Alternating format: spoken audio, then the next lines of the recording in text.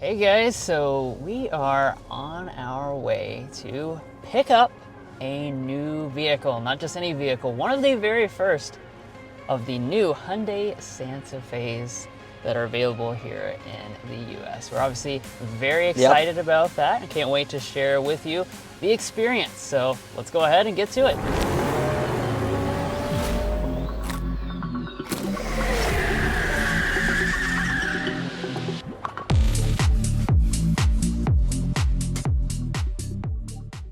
All right, so we're almost here. We're getting ready to pull into the dealership. Yeah, and there's a lot of reasons why we're choosing to buy this 2024 Santa Fe. It's, of course, a very big deal to the Hyundai brand, so we're definitely excited to see it here in person and see what it looks like. But here we are. We're turning into the dealership now, and I think that's it. Right up there in the front. It's hard to see. The sun is kind of glaring on the windshield now, but I think that's it. All right, we'll find a parking spot. We'll take a look at it.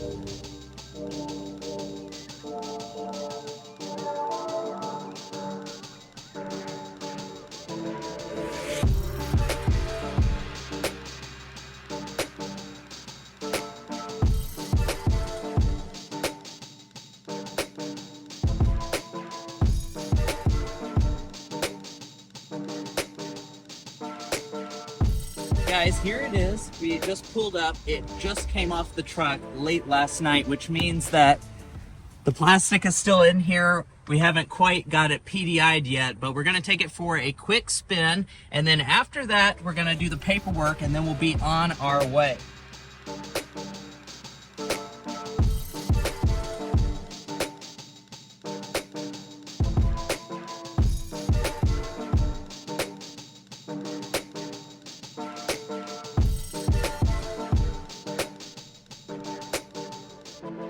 All right, guys, so we just wrapped up the paperwork and they just finally got the Santa Fe PDI'd and cleaned up, and it's ready for us to take home. Of course, this is the shimmering silver SEL trim, but what we want to do now is just kind of quickly walk around it and give you a little bit of a tour of this new Santa Fe. So yeah, like Mason was saying, what this is of course the all-new Santa Fe. This is the SEL trim level. So this is going to be the second trim level from the base model, and this is going to be probably the best-selling trim level of the bunch because it has a very affordable price tag, and we'll talk about that, in a little bit. But just kind of looking at the exterior, obviously all the models are going to get this new look, which is a radical departure from really anything Hyundai has done before, but especially from the previous generation, which was very smooth. This is very boxy and kind of muscular looking. As Mason was saying, the color here is known as shimmering silver, which is funny because our Sonata actually painted in the same exact color. This is a shimmering silver, it's kind of hard to say. Shimmering silver Sonata, and this is a shimmering silver Santa Fe now. So I guess we like the shimmering silver for sure. Yeah, and one of the really cool things about the new Santa Fe is, of course, you're going to get the H shape in pretty much every element of this Santa Fe. So you have it in the headlights, you have it in your turn signal indicators, you have it down here in the lower part of the grille, and as you head throughout the vehicle, you're also going to see it repeated throughout. Now Mason backed up to give you guys a good look at the side because this is where the boxiness really starts to come into play. As you can see, just a really cool rectangular shape. You do have squared off wheel arches as well. Since this is the SEL, we're gonna have 18-inch contrast alloy wheels, and these themselves, one of the things we really liked about this trim is that they have kind of a rugged look to them. It kind of gives it a little bit more of a tough look versus the really big 21-inch multi-spoke alloys that you can get on something like the fully loaded Calligraphy. Of course, you have Santa Fe branding up there. That's in the gloss black. In terms of your mirrors, you're going to have good features, including standard blind spot monitoring. You also have the turn signal indicator. Door handles are nice and chunky as well. Gloss black finish through here, and the raised roof rails. Yeah, that's SEL adds the roof rails over the base model, and then coming around to the back, Oh my, we have a very controversial design, guys. If you've seen some of our other Santa Fe content, I know a lot of you guys are either like it or you don't like it when it comes to the rear design. Overall, I think it's very bold. I will reserve my final opinion until after we've owned the car for a couple weeks, but certainly a very bold design. You once again have that H shape going on in there, but what do you say, Drew? Let's go ahead and hop onto the inside and see what's inside. For sure. Now you do have a smart entry system on board, of course, and there's what the interior looks like without all that plastic wrap in there.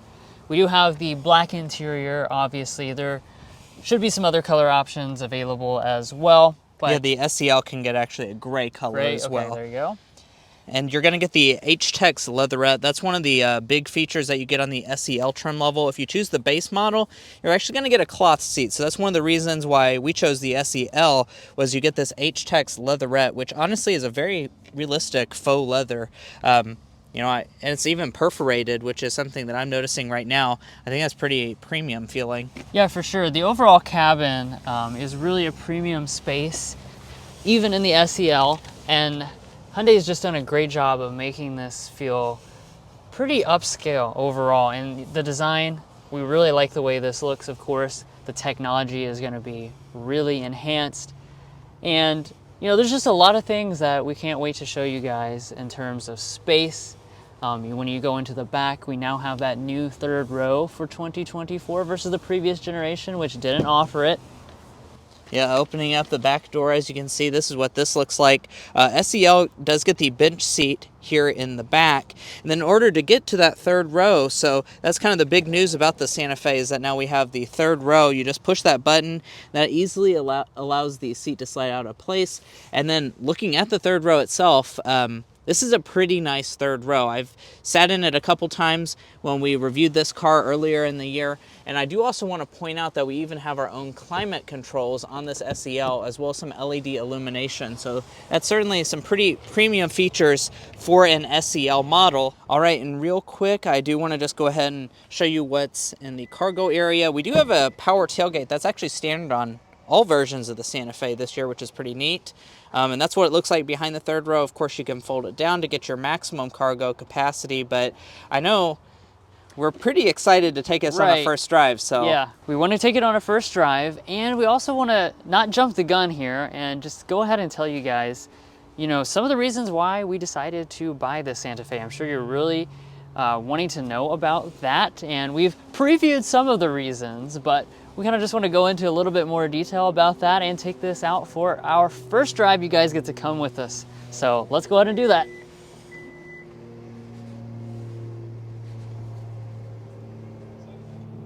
If you're new here, we're brothers, and we've been reviewing cars since we were 12 and 16. We may be young, but we love cars. And we'd love for you to subscribe to be a part of our Car Confections family. Let's learn a lot, have some fun with all the latest cars. So here we are taking off for the first time in the new Santa Fe. The first thing you'll notice is definitely that we have the new Hyundai style shifter that we've seen in some of the other electrified models. But yeah, we're taking off for the first time, and we're just going to be, of course, talking about our initial impressions, but also talking about the reasons why we chose to buy this Santa Fe. Yeah, we did go on a test drive last week, as you might have saw with our Santa Fe XRT review, so you can check that out if you want to get some in-depth driving impressions. But like Mason said, kind of the main thing we want to do, get a feel of this on our way back home today, and also just kind of describe those main reasons why we bought this Santa Fe. First and foremost, I might as well go ahead and get into reason one, is there seems to just be tremendous interest about this new Santa Fe. Nothing on our channel in the last year has gotten as much interest as the Hyundai Santa Fe. Yeah. Which is kind of crazy, but it has really blown up on the channel. We've had tons of big videos, and, we just want to make sure that when we're doing a long-term test, that we have a vehicle that is the most relevant to you guys, something that you guys, really care about. We obviously really enjoyed the Sonata while we had it, but you know, it's like Mason said, it was getting older. Yeah. And we wanted to, you know, cover something that you guys really feel is super relevant. There's going to be, frankly, a lot of you guys looking at these really, really soon. So we wanted to go ahead, get one of the first in the country, start testing out, getting those in-depth impressions, those things that you don't find out until after you own the vehicle for a month, 2 months, 3 months, a year, whatever. Yeah, right. I mean, we're a YouTube channel that focuses on car reviews, and, you know, we provide you the initial bits, but for a vehicle that a lot of you guys are interested in maybe buying, you might want to know how it holds up over a year, and that's what we're hoping to accomplish with this new Santa Fe, and to give you all the bits of information after we live with and put a lot of miles on this model.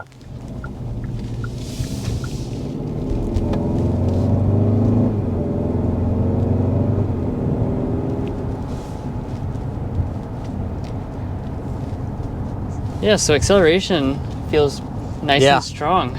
Yeah, I mean, kind of the big news with this new Santa Fe is that you get the 2.5 turbo as standard equipment, so definitely going to notice that it's pretty peppy behind the wheel. Yeah, it's actually the same powertrain that we had in our previous Sonata, which is another thing that we always really liked about it, for sure. Now, let's hit another point.